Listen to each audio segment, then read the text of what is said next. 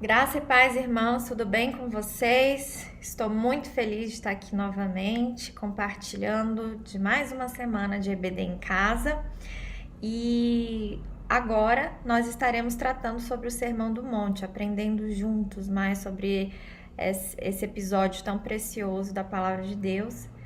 E hoje nós vamos tratar mais especificamente sobre o compartilhamento pelo ensino, né? Levando em conta que o nosso tema desse ano é o compartilhamento, hoje a gente vai tratar do compartilhamento através do ensino. O nosso texto base está lá em Mateus 5, versículos de 1 a 2. Vamos acompanhar? Diz assim: Vendo Jesus as multidões, subiu ao monte e, como se assentasse, aproximaram-se os seus discípulos. E ele passou a ensiná-los, dizendo... É só isso mesmo. Esses dois versículos parecem bem simples, né? E até porque eles vão introduzir as famosas bem-aventuranças. Mas se a gente for analisar a fundo, esses dois versículos têm muito a nos ensinar sobre as características de Jesus enquanto mestre. Então, vamos focar em algumas palavras-chave aqui para a gente traçar esse perfil do que seria um bom mestre, ok? Antes, eu acredito que você possa estar se perguntando, Lorena, eu acho que isso está errado. Esse vídeo deveria ser um vídeo preparado para professores, destinado a mestres. E eu não sou professor, eu não sou mestre, então eu acho que isso não é para mim. Não. Ao longo desse estudo, você vai ver que isso é para você também. Isso, na verdade, atribui-se a toda igreja, a toda a comunidade cristã. E você faz parte dela, não é? Então, vamos aprender juntos, para que aprendendo junto a gente também possa estar apto a ensinar. Vamos lá? Eu chamo a atenção de vocês para o primeiro verbo. Diz assim, vendo Jesus. Vendo Jesus as multidões. A primeira ação, a primeira atitude de Jesus aí, na posição de mestre, é de ver o seu público-alvo.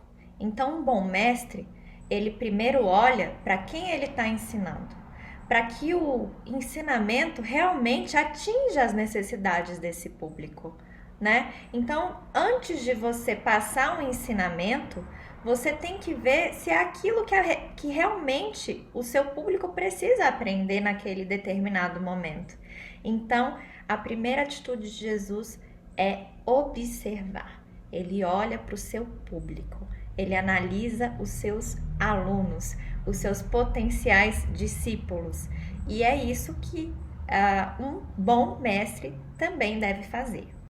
A segunda atitude de Jesus foi a de subir ao monte. Então, depois de observar o seu público, depois de ver a multidão, ele se posicionou num lugar de destaque, tanto para ser visto quanto para ser ouvido.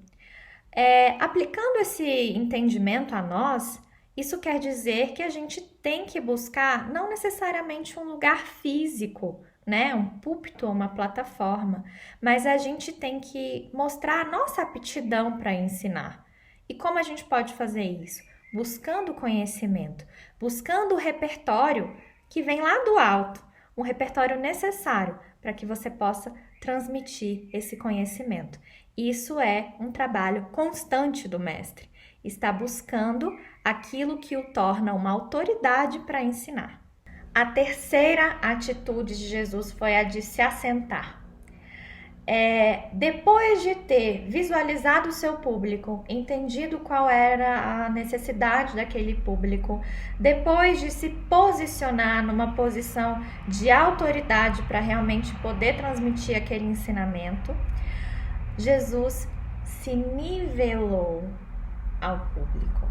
Então, é importante para o mestre que ele guarde, ou melhor, lance fora a sua soberba, tudo aquilo que o seu conhecimento, toda aquela vaidade que o seu conhecimento possa ter te gerado, né? O bom mestre, ele não subestima o seu público, ele se nivela.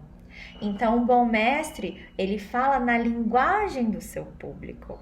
Não adianta nada eu chegar com uma linguagem técnica, acadêmica, para dar aula de alfabetização para crianças. Eu tenho que falar na linguagem deles. Então, foi isso que Jesus fez. Assentando-se, ele se nivelou ao seu público. Ele não subestimou aquilo que eles poderiam absorver daquele ensinamento, mas ele transmitiu em uma linguagem que pudesse ser bem compreendida, que chegasse ao coração do seu público. Então é esse outro cuidado que o bom mestre deve ter. O quarto verbo que chama nossa atenção nesse texto não é uma atitude de Jesus, mas é uma atitude dos discípulos. Ainda no primeiro versículo, aproximaram-se os discípulos. O que isso tem a nos dizer? Que o bom mestre, ele atrai os seus alunos, ele atrai os seus discípulos. E aqui, como aluno e como discípulos, nós queremos dizer os seus aprendizes em potencial, as pessoas que você se coloca na posição para ensinar, né? Então, o bom mestre, ele não fica correndo atrás do seu aluno. O bom mestre é um referencial para o seu aluno, de modo que ele queira cada vez mais, esse aluno queira cada vez mais estar perto do mestre, né? Ir atrás do mestre, segui-lo, né? Aprender mais sobre ele, aprender mais com ele. Então, essa é uma característica muito importante de um bom mestre, ser uma influência e atrair os seus alunos, os seus discípulos. E depois de tudo isso, depois de observar o seu público, depois de posicionar-se e adquirir o repertório necessário para o ensino, depois de nivelar-se aos seus alunos, procurar uma linguagem que os atinja, que seja correspondente com o seu público, depois de ser um referencial e de atrair os seus alunos, exercer uma posição de influência e não o contrário, aí sim que ele passa a ensinar. O bom mestre passa a ensinar depois de ter atingido todos esses 4 objetivos iniciais. E isso está lá no versículo 2. Depois de tudo isso que Jesus passou a ensinar efetivamente.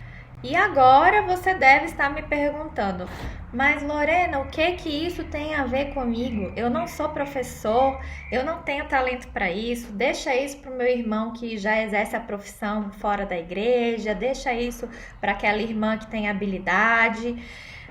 O que isso tem a ver comigo? Eu não preciso dessa palavra. É claro que ela é para você também, porque o ensino, ele é uma atribuição a todos aqueles que seguem a Jesus. Porque nas suas atitudes como cristão, você também está exercendo uma função de mestre. Não é só pelo muito falar, não é só pela sua eloquência ou conhecimento bíblico que você vai expor para outras pessoas que você vai ensinar alguém efetivamente. Não, senhor. As suas atitudes muitas vezes podem ensinar também. E não se ache que, porque eu não estudei a Bíblia suficiente, eu não tive um bom ensino na escolar, não fiz uma faculdade, eu acho que eu realmente não posso transmitir nenhum conhecimento. Não, no reino de Deus não existe isso, a gente sabe muito bem disso. E a gente pode sim exercer uma função de mestre, mesmo que inconscientemente, nas nossas atitudes, na nossa conduta. Às vezes você fala uma palavra de encorajamento que pode ensinar alguém. E eu vou finalizar esse vídeo, te chamando para essa responsabilidade enquanto um mestre em potencial, para contar um exemplo de uma grande mestre que eu tive na minha vida. A minha avó Teresa, mãe do meu pai, ela era uma pessoa muito simples. Ela fez até a quarta série e não estudou mais porque naquela época ela deveria se posicionar ao que restava para ela, que era ser mãe e dona de casa. Mas para mim ela tinha um conhecimento imaterial, um conhecimento da vida muito maior do que qualquer escola poderia oferecer para ela. E eu vou contar para vocês um exemplo de importância que ela teve como mestre no meu contexto acadêmico. Não sei se os irmãos sabem, eu estudei tradução na faculdade e a gente fez várias disciplinas em que a gente tinha que traduzir textos. E, bom, estava numa sala de aula com vários alunos universitários e um professor com um currículo invejável, um professor PhD, e ele inclusive era estrangeiro.